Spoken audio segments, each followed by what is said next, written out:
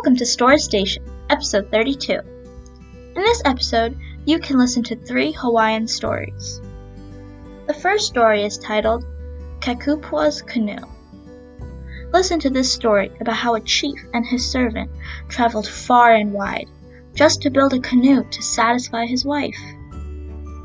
The second story is titled P's Watercourse.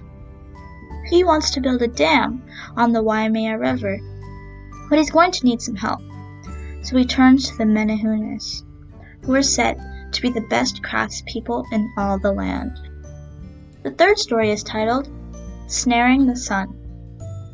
This story is about the adventure Maui goes on to elongate the days, to make his mother's work less tiresome.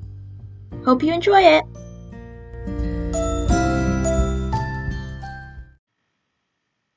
I will read a story called Kakoopwas Canoe. Kekupua, a chief, lived at Wahiawa, Kukaniloka, Wailoa, Oahu. One day his wife told him that she desired to go in search of her brother, Kekupua, who was supposed to be living in Tahiti. Kekupua thereupon ordered his man, Kekupua, to go into the woods and find a suitable tree and make a canoe for his wife for this foreign voyage. Kekupua, with a number of men under him, searched in the forest belt of Wahiawa, Helemano, and Wauala, and also through the woods of Kulau, but without success. From Kahana, they made a search through the mountains till they came to Kilohana in Kalihi Valley, and from there to Waolani in Nunau, where they slept in a cave. In the dead of night, they heard the hum as of human voices, but they were unable to discern any person, though the voices sounded close to them. At dawn silence reigned again, and when the sun arose, lo and behold, there stood a large mound of stones, the setting of which resembled that of a heiau, or temple, the remains of which are said to be noticeable to this day. Kekupua and his men returned to their chief and reported their unsuccessful search for a suitable koa tree for the desired canoe, and related also the incident at Waolani. Kekupua, being a descendant of the Menehunes, knew immediately that the authors of the strange occurrence. He therefore instructed Kekupua to proceed to Mahako and Kamakela and stay there till the night of Cain, then go up to Punui and wait till hearing the hum and noise of the Menehunes, which would be the signal of their finishing the canoe. And thus it was. The Menehunes, having finished the canoe, were ready to pull it into the sea. He directed them to look sharp, and 2 men would be noticed holding the ropes at the poop, or head, of the canoe. One of them would leap from one side to the other. He was the director of the work and was called Pale. There would be some men farther behind, holding the kawelewele, or guiding ropes. They were the kahunas that superintended the construction of the canoe. He reminded them to remember these directions, and when they saw these men, to give them orders and show them the course to take in pulling the canoe to sea. Kekupua followed all these instructions very faithfully. He waited at Punui till dusk, when he heard a hum as of many voices.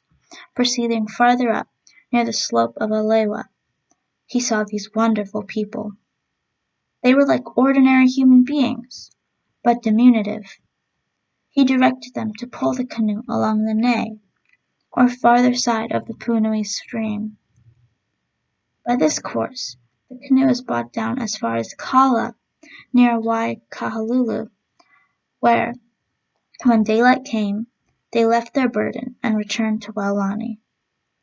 The canoe was left in the ditch, where it remained for many generations, and was called Kawe a Kekupua, or Kakoopwas Canoe, in honor of the servant of the chief of Kekupua. Thus, even with the help of the Menehunes, the wife of Keke was not satisfied in his desire. The end. I hope you enjoyed this story. The next story begins in a moment. I will read a story entitled P's Watercourse. P was an ordinary man living in Waimea, Kauai, who wanted to construct a mano, or dam, across the Waimea River and a watercourse, therefrom to a point near Kekiaola. Having settled upon the best locations for his proposed work, he went up to the mountains and ordered all the Menehunes that were living near Pukapele to prepare stones for the dam and watercourse. The Menehunes were portioned off for the work. Some to gather stones, and others were to cut them. All the material was ready in no time, and P settled upon the night when the work was to be done. When the time came, he went to the point where the dam was to be built, and he waited. At the dead of night, he heard the noise and hum of the voices of the Menehunes on their way to Kekiaola, each of whom was carrying a stone. The dam was duly constructed, every stone fitting in its proper place, and the stone, auai, or watercourse, also laid around the bend of Kekiaola.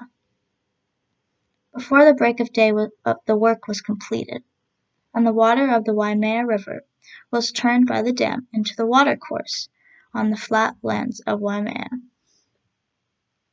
When the work was finished, P served out food for the Menehunes, which consisted of shrimps, this being the only kind to be had in sufficient quantity and to supply each with a fish to himself. They were well supplied and satisfied, and at dawn returned to the mountains of Pukapele, rejoicing, and the hum of their voices gave rise to the saying, Wawa ke Menehune I Pukapele, ma Kauai puoho ka manu, oka loko o Kawainui, ma kula poko Oahu. The hum of the voices of the Menehunes at Pukapele, Kauai, startled the birds of the pond of Kawanui at Kula Poko, Oahu. The auai, or watercourse of P, is still to be seen at Kekiaola. At one time, P also told the Menehunes to wall in a fish pond at the bend of the Hulea River.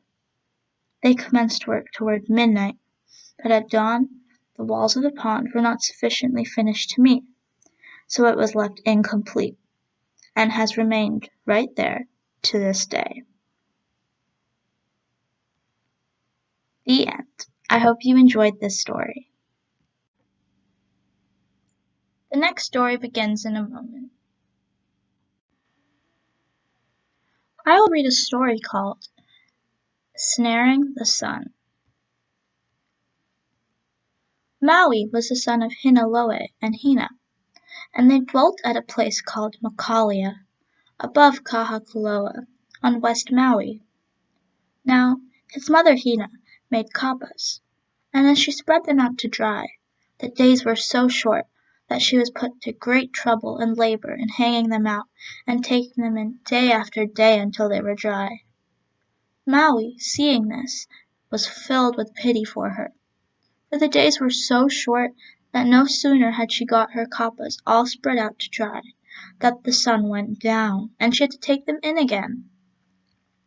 So he determined to make the sun go slower.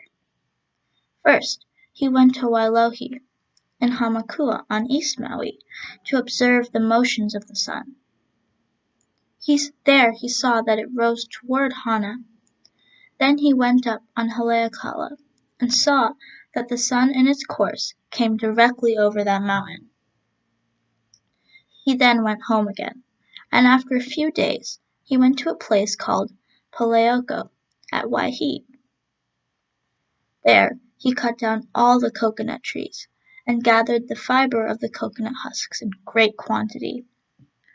From this he manufactured into a strong cord.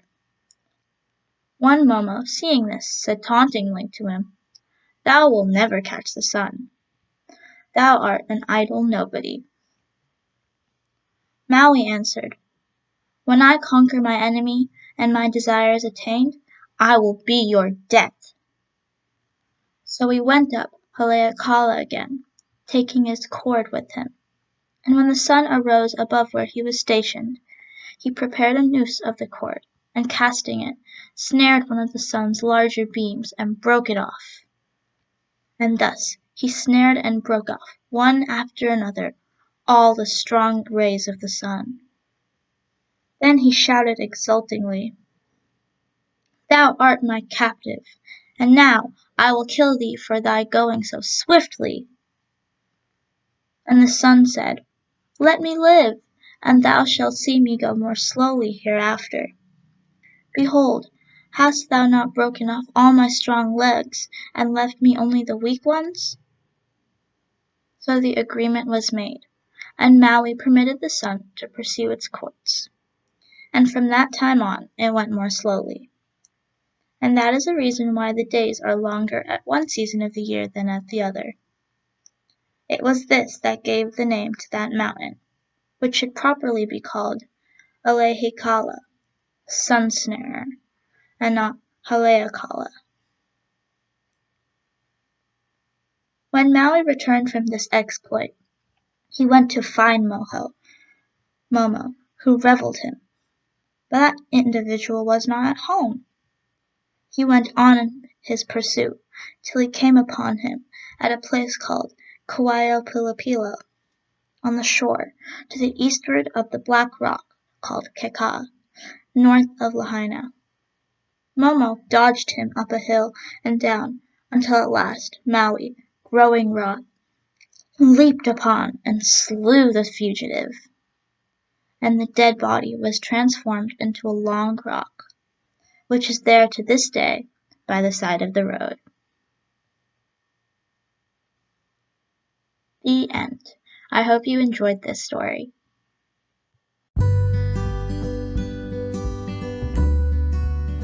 Thank you for listening to Story Station.